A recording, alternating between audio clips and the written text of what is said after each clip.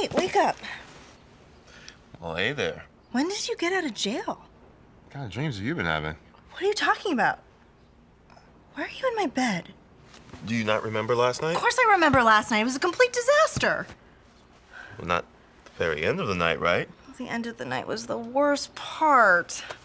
Gotta apologize to Sasha. Well, it was special to me. Hello, everyone. I'm Katie Van Buren and Tyler James Williams. Thank you so much for coming. Yeah. Thank you guys for having me. Great to have you here. Let's hear it one more time for Tyler. Woo! Woo! Yeah. Gotta warm us up. You gotta warm us up. So you've had a really, really busy 2 or 3 days. Yeah. Doing all the publicity for Replay, which we just saw a clip for.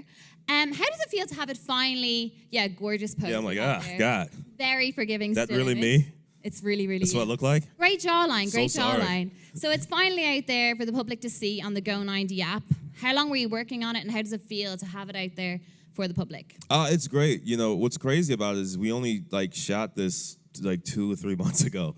The turnaround is crazy with this new media stuff. We shot it in January for about a month and a half, and then 2 months later, it's ready to roll out. So yeah, we were having a bit of a convo in the green room about the whole way, formats are completely changing. It's going from TV, then it went to digital, now it's going to apps. So this was with New Form Digital that you shot this show. What was your experience like working with them, and how did it differ from, say, general television? I mean, The Walking Dead and Sesame Street, the list goes on. You're right. Very similar shows. Well, first they had to explain it to me 3 or 4 times because I didn't fully understand it. It was is it what is a web series? What's happening? Yeah. It's no, we're just platforming now on people's phones. We're cutting out the middleman and just kind of going right to the consumer. So New Form was great with that. We still shot everything like it was a show. It still felt all the same. That's one thing I was kind of afraid of. Is it going to feel like a different type of show? Am I going to have to learn a new format of working and that whole thing? But no, it went it went swimmingly, and then all of a sudden it's just now out, and it's going to be directly on people's phones. It's going. Who would have thought that this is where we'd be? TV was not this way. 10 years ago? Yeah, you could literally be on a bus sitting behind someone and they're watching you on their phone.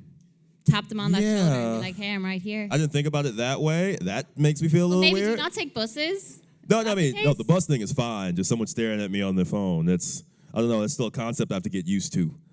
But yeah, I guess it's going to be happening now. It's everywhere. The good news is I found in personal experience that everyone kind of looks it's a lot more flattering on a phone. Oh, it's smaller. Yeah, you can't see the flaws. Yeah, you could just gloss right by it. You can't really see my face. You're not looking directly at me. It's great. It's a natural Photoshop happening, really. Yeah, natural. So you're saying it was quite similar to filming regular shows. It was all quite, the same, no real difference. But something that obviously is a huge thing is the whole fact that the show is based on, I guess, the premise of Groundhog Day. You're living the same day again and again. And I did get to watch 2 episodes, so I see that they're quite different in some ways each episode. But how was that? You probably have to do take after take, but not only that, you have to do kind of the same show again and again. So did you go crazy? Oh, yeah. There were several days where I was what the hell am I doing? What did I sign up for? Especially since we were kind of block shooting. And for those who don't know, it's, you're in one location and you do all the scenes that you have in that one location, and then you move on. So we had all these wake-ups, the scene that they just showed. God. We shot 12 of them back to back. And you're literally, it's yeah, a shameful wake-up for you. What, she doesn't remember kissing me. Yeah, exactly. But the lines are slightly different, and we have to remember what happens in this one, and what was the thing that happened in the last episode just carried over into this one. It was difficult. It was difficult in that way that we just did not anticipate. But seeing it actually play out, it looks great because we have all the body movements exactly the same, and we know what positions we were in. We didn't have to come back and try to figure that out. Yeah, it's quite a skill in itself. And I'd say the continuity on set had a hard old time. Oh, yeah. I don't know how she just never wanted to see us again. Just one girl. Yeah, one girl. Yeah, I feel really bad for her. Yeah. The fact that any of this is together means that she had no type of social life whatsoever. You should send her a tweet. Yeah, hey, sorry we ruined your life for 6 weeks. Yeah, and if she's into social media, she'll really appreciate that. She'll probably never want to hear from me again. Here he is again. So sum it up in your own words, in a nutshell. What exactly is Replay about? Replay, to me, I have a different understanding of it than certain people do. A lot of people are saying it's if you could relive one day and fix everything, what would it be like? My thing is essentially, what would happen if a bunch of people found out that they were reliving the same day and then came to the conclusion that there would be no consequences to their actions the previous day? that's kind of what it's about for me, and especially with Nate's character and him being secretly in love with Allison. He becomes more and more aggressive about it as time goes on, and then begins to realize what he really wants. And that aspect of it does kind of play with your mind. If everything's just going to reset anyway, I could essentially kill somebody and they'll be back tomorrow. So wait, not just Allison realizes that she's replaying, all the main cast realizes Yeah, they eventually. start to realize it eventually Oh. that they're certain things are becoming strange. Okay, so that makes yeah. it more exciting for me then. So your character, Nate, who obviously has a huge hot crush on Allison. Yep. So do you change your game with each episode? Like, how does it? He has really work? aggressive episodes. Okay. He has really sad episodes where he plays like the pitiful "be with me" guy. That was the first episode, right? Yeah, well, That that's was just just him. natural. That's him tonally. Tonally, he's just really pitiful. But he gets significantly more pitiful Nice. in certain times. Yeah, he tries, many different ways, and there's some episodes in particular he goes really far. He goes really far to get that kind of sympathy, I guess, that sympathy relationship. He thinks he can nice his way into a relationship, Okay. essentially. And each one, he has to figure out that's not the case until the very end where, he is almost a full-blown psychopath. That must be a good experience for you. So you can much experiment fun. with all So different much types fun. of come-ons for girls. Yeah, that's. I mean, I like works? that idea of taking somebody on a date 25 times. Yeah. And just like, all right, that didn't work. I'll be back tomorrow, trying it again. Here we go. That's just that's what he's doing each time. And what has been the method that Nate got to use that Tyler James Williams would be most likely to use? What was the most beneficial method that you're like, I can actually learn a thing or two from Nate. I'm going to bring this into the real world, into my game with the ladies. Ugh. Actually, there's been a bunch of stuff that I would have wanted to pitch for him to do that he would have never actually had the gall to do. I think by day 19, I'm just walking in the room naked and just going, huh? This? No? I'll be back. I'll figure out something else. You're just going right for the point at that moment. He's not that guy. So you definitely are learning a lot with the ladies. But one thing that we see in the opening episode is, it's like the friend zone. And that's like a reoccurring thing, obviously, that we probably see in all the episodes. And I mean, we all have our friend zone story. Do you, Tyler? Yeah. Yeah, I have a friend zone story. Okay, first off, no friend zone story ends well. It ends one of two ways. One, either the friendship is completely over now, or two, you're now just in the friendship and one person is really sad and they're just always holding out hope and it's really pitiful. Do you think that do you think that actually is always the end result, though? Oh, Do you yeah. think that person who's sort of sad can eventually get over it? No, I mean, they're never. I mean, two people who have kind of established that dynamic of being friends very rarely can go, yeah, now let's be like lovers and be together and all that. It's just weird. So I remember I had one when I was really young, and I realized that that's where I was. So I pulled the Steph Curry, pulled up from half court, put my shot up. It did not go as well. No, it did not go as well. And then we never spoke again. And that's what it has to be. It has to be a very clear, are we doing this or are we not? No? All right, you have a wonderful life. And then you walk away. It's just better that way. It just is.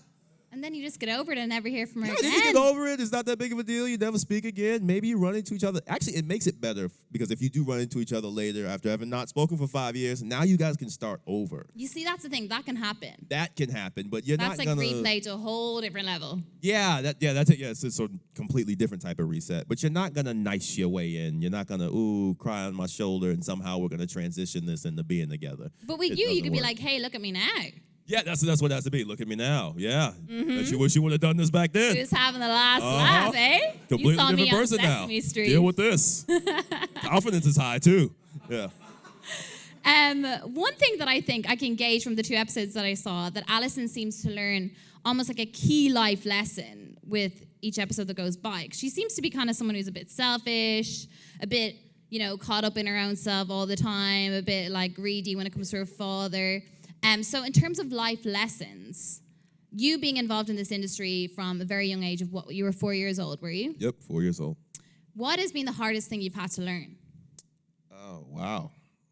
Didn't expect that question to go there. There you go. It's all mind-opening today, Yeah, Tyler it James really Williams. is. Let's do some looking into myself. Yeah. I'd have to say patience. Patience, understanding that everything takes time. I've always kind of felt older than I was. So I Because felt you like peaked fast. You were on Yeah. Sesame Street at 4. 4, that was it. The only And way it's is been down from downhill there. from there, guys. Just a steady decline. 4 years old, time of my life. After that, hitting the gutter. Yeah, I think just realizing that no matter, how much I feel like I'm in a different place, I have to wait until that kind of happens and materializes and, give myself time to grow. Sven and Sophie are a duo. They're brilliant, can I say? So let's explain to the audience, they played this kind of like management duo that Allison is dying to win a DJ contract from. Yeah, she's dying to win a DJ contract. And what I love about Sven and Sophie is, like, anyone who'll see it, you'll get the idea sometimes that they're lovers and then at other times that they're brother and sister. It's really ambiguous. Very ambiguous. Oh, like, God. there's no telling what these two are up to. Like, So Sven is straight. Yeah, it's very strange. But that's kind of what this show is. Like, we kind of had no rules and we could just play with it. And they're hilarious. They're absolutely great. They're like Swedish or possibly German. You can't really place the accent. Mm-hmm. They remind me of Pitch Perfect. Yeah. The characters in Pitch Perfect. Yeah, they kind of have that vibe going to them, and they're in that kind of DJ elite class that you would imagine, lots of ecstasy, clothed in all types of drugs, at all times.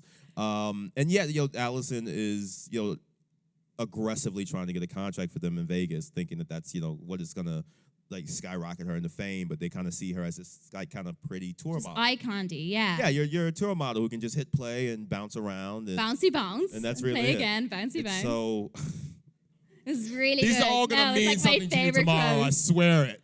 These lines are really gonna mean something. But they're great. They're really fun. To me, I think I did a decent job in this, but they're the draw for me. If I was just an audience member and I was just watching, that would be the reason why I watch. No, don't be so modest. I actually brought them up for a reason though, and it is because, like, whatever, I've been in this industry for a little while too, and it is kind of reminiscent of these real life battles of like so-and-so managers that you come up against being in the entertainment industry. So for you, now you've had your 20 years experience, what advice would you give for, I know you've worked in the music industry as well, and between acting and you do like rapping as well, like what advice would you give for like young people, even, girls who do want to make it as a DJ, and like Allison, maybe they do have legit talent, or anyone that's trying to break into the industry, because we are obviously in the Big Apple, where it's the melting pot for it, but also one of the toughest places to make it.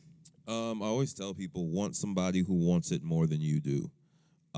Because a lot of people want to go with a name or somebody who's like really proven themselves already. But the problem with that is, you're a small fish in a very large pond. Why do they want to fight for you is the question, if they've already kind of done that.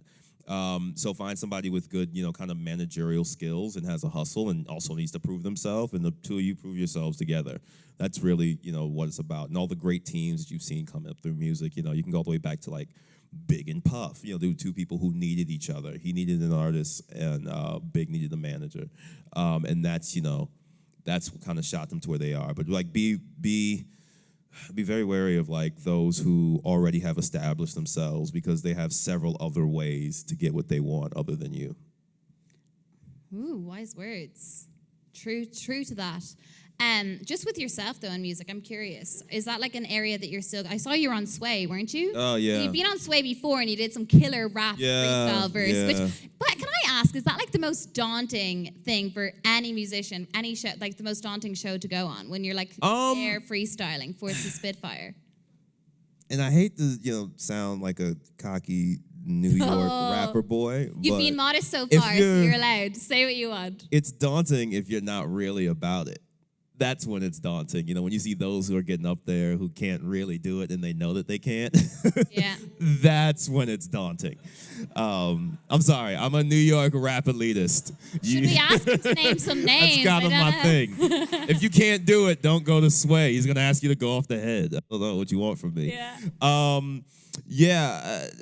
I don't know what's going on with me in that anymore. I mean, that's one of the things I can honestly say is a journey that I've been on for some time. I've always been like able to write and loved writing and loved words and poetry and, poetry to music, which is, hip hop. But I don't know where that's going. I've never had any intention of like definitely driving toward that. It was one of those things that he knew about that I could do, and like, it's just really interesting for his show, and I was like, How did yesterday go? Because I saw the one from a few years ago. Yesterday, we just talked about hip-hop. It was like the best thing in the world. We were just kind of talking about where hip hop is right now and that whole thing. And I would usually do a verse, but that's kind of just where it ended up going. And I'll probably end up going back and giving him another 16 or 32 or whatever. I now like just do it for him at this point because like it was so embracive. Send him like a WhatsApp voice memo. Yeah, I'm just gonna you just need like to get that to him every few days. Just verse number 76 for Sway, and send it out.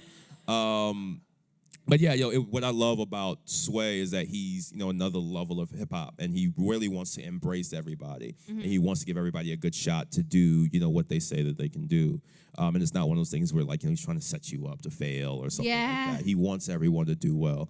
So that's why I was like, okay, cool. If I'm gonna like do this, for this, I'll only do it for you. It's a very daunting thing, so kudos to you for achieving that. Thanks. You do come from a family of actors. So you have two younger brothers who are also actors. Yeah. So when you choose your roles, are you like cognizant of like, is this a good example to be setting? Or do you even think about your two younger brothers in doing so? Not necessarily examples, because as artists, we all have like different stories we want to tell. But we definitely like throw ideas off of each other about like what I'm feeling about this role, or here, read this script, give me your thoughts. Especially as they're like getting older. Like my middle brother's 19 now, and the baby's like 14.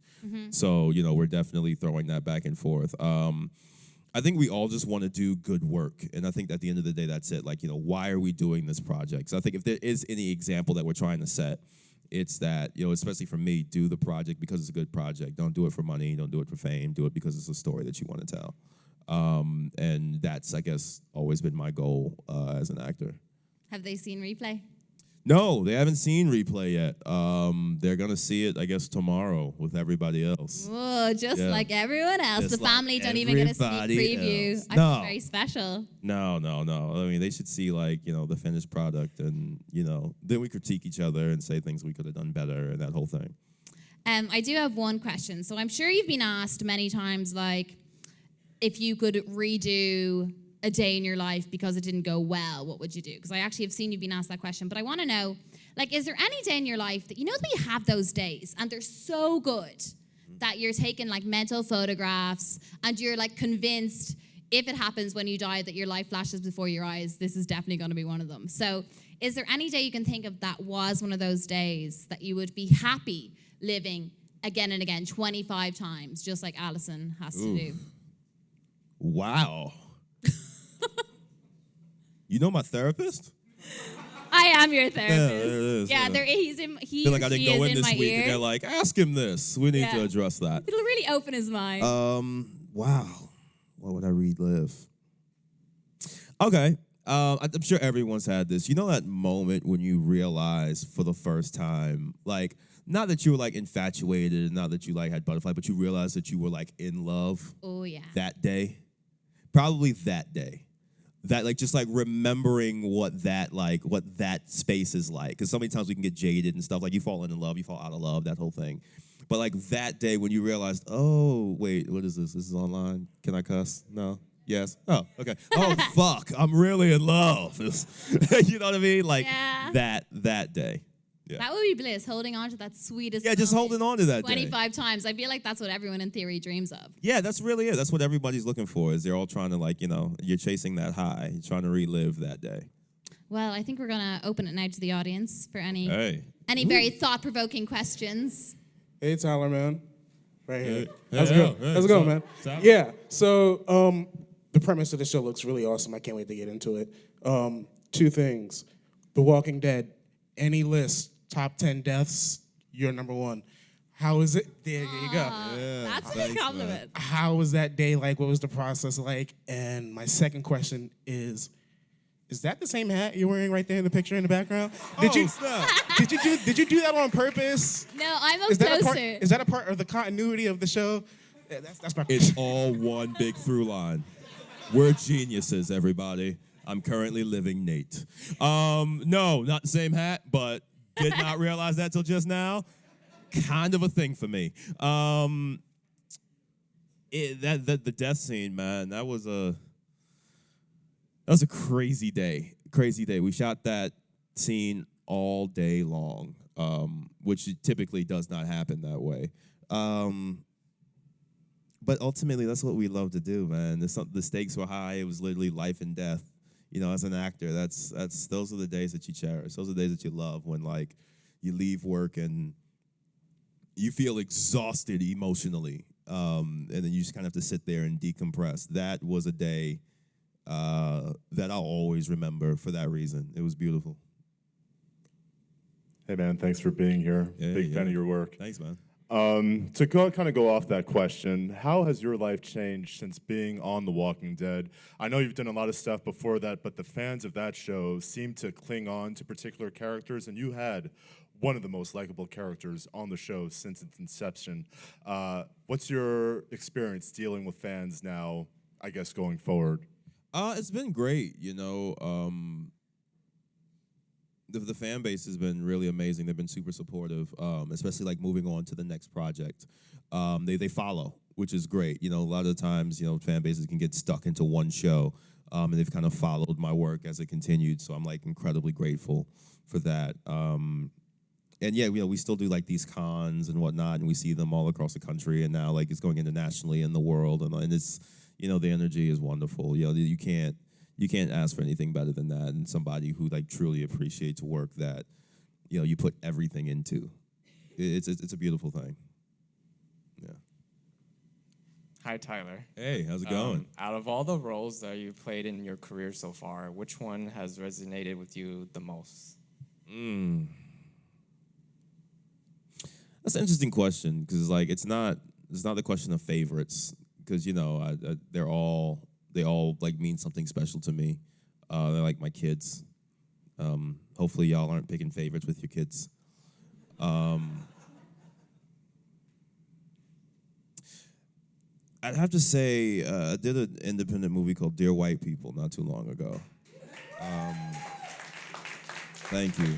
And that one really resonated with me and stuck with me, because, you know, it was one of those projects where we had a, you know, very particular sense that while we were shooting it, that this is stuff that's really happening right now. It wasn't fiction. You know, we were really living and kind of portraying a story that was happening currently, which, you know, as an actor, you very rarely have, where it's like you have something like The Walking Dead, where it's like, this is awesome, this is great, and emotionally taxing, but this isn't really happening. You know, this was something that was actively happening in the world and the story that we were trying to tell. So that, you know, those moments will always kind of resonate with me. Hi. Is this on? Yeah, it's on. I can hear you. Random before I ask my question. All right. I was in like 6th grade in Catholic school, and you were in my religion book. What? That's a compliment. That's a really big compliment. I feel like I have like a life goal to get into some book. I feel like in your some idea school. of religion is all I'm messed dead up. serious. I'm so sorry Wait, what for was it whatever in I relation said. to? It was just a family, and you were just like, Oh, it was a stock photo. yeah. Yeah. I did that at one point. There's stock photos of me everywhere. It's really great. I'm in people's houses just randomly as like a singing choir boy. Yeah. It's nice. It's nice. Okay, so my question is, do you still hang out with any of the cast from Everybody Hates Chris? Oh, wow. I'm gonna be all the way honest with you. No. I haven't seen them in a really long time. Vincent Martella and I, like, we live kind of like not too far from each other, so we get together from time to time, like maybe like 2 or 3 times a year. Terry's busy doing everything. He's literally in everything. So he's probably in replay somewhere. So I haven't seen him. I did run into Tashina in Atlanta while doing The Walking Dead for a while, because she was doing Survivor's Remorse. But yeah, we just kind of bump into each other. It's kind of like high school. Like I asked you saying, have you seen people from high school anytime? Oh, okay, well, you're one of those. You're a bad example. Congratulations. But no, not really. You know, we all kind of like splintered after that and went and did our own thing.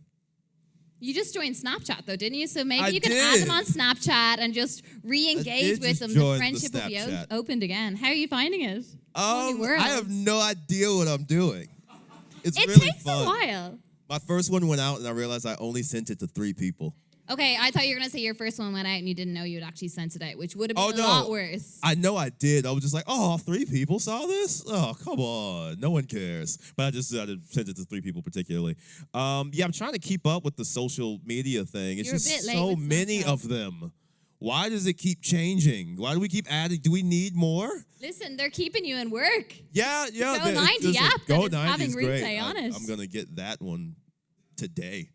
Everyone, download the Go 90 Verizon Yeah, app. go 90. But yeah, I'm now on the Snapchat. I'm trying to figure out things that are snap-worthy. What's your Snapchat name? Tyler James Will. So it wasn't taken. Nice. No, yeah. Lucky. Usually that's the thing for me. You don't need 1, 2, 3, 4, 5, 6, 7 at the end. So Yeah, it's no, I the don't need a bunch of authentic. numbers or some like weird inversion of my own name, which Yeah. is really demeaning when you have to like change your own name. Like you can't even go by your government anymore. Like I'm not a full-blown rapper just yet. I haven't come up with a fake name. To not use an underscore is always a privilege. Yeah, it's always a privilege not to use the underscore. Well, Always. thank you very much, Tyler James Williams. Yeah, thank It was you. lovely having you. Appreciate it. Everybody watch replay. It's on the Go 90 app tomorrow. Thank you.